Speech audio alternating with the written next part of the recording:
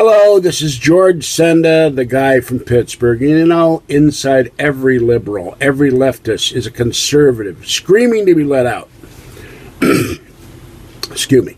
And thus is the case in Houston, Texas, where a man named Jerry Ford Jr., that's Jerry with a J, not a G, a black man, not a racist comment, but that's what he is. Well, he's a Black Lives Matter supporter. He's running for state office. And recently, he went to his front door, and you notice a guy hanging around. He didn't pay attention to it. So, he goes to his door, and suddenly, voila! The robber comes up, points a gun at him, and says, "Give me all your money." And so he gives the guy his wallet and his cell phone. No indication from the news story whether or not it was an iPhone or an Android. We may never know. So now Mr. Ford...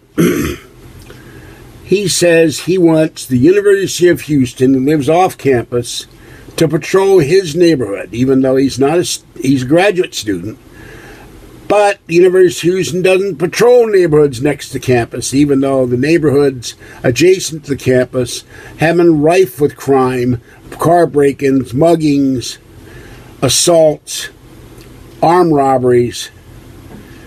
So this was a guy whose group, Black Lives Matter locally, was advocating disinvestment of police. That means you disband all the police departments across the country and dump the money into the black community or the people of color community.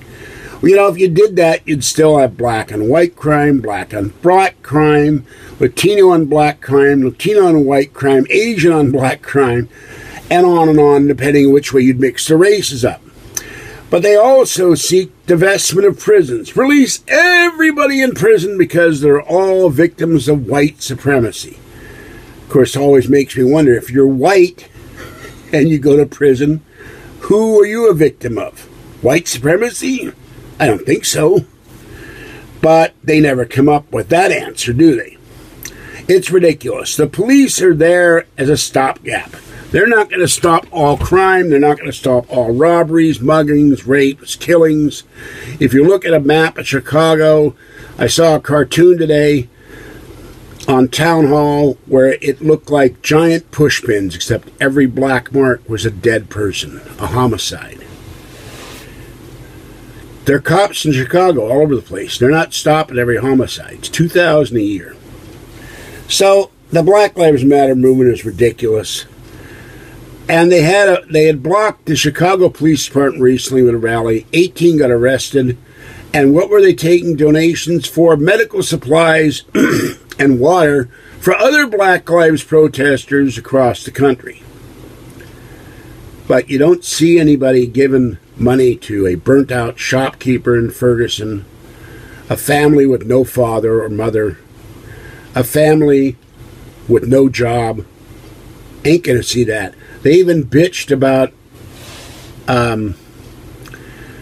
somebody coming up with donations for 10 grand for a cat show. I'm sure the Black Lives Matter people, they got $650,000 from George Soros, could donate some of that money to one of the people I just mentioned, but that ain't going to happen. Oh, by the way, news story just flashed while I'm doing this. Man attacks New York Police Department officer with meat cleaver. So where was Black Lives Matter stopping the evil meat cleaver wielding criminal? Probably nowhere to be seen. They were all probably listening to Al Sharpton.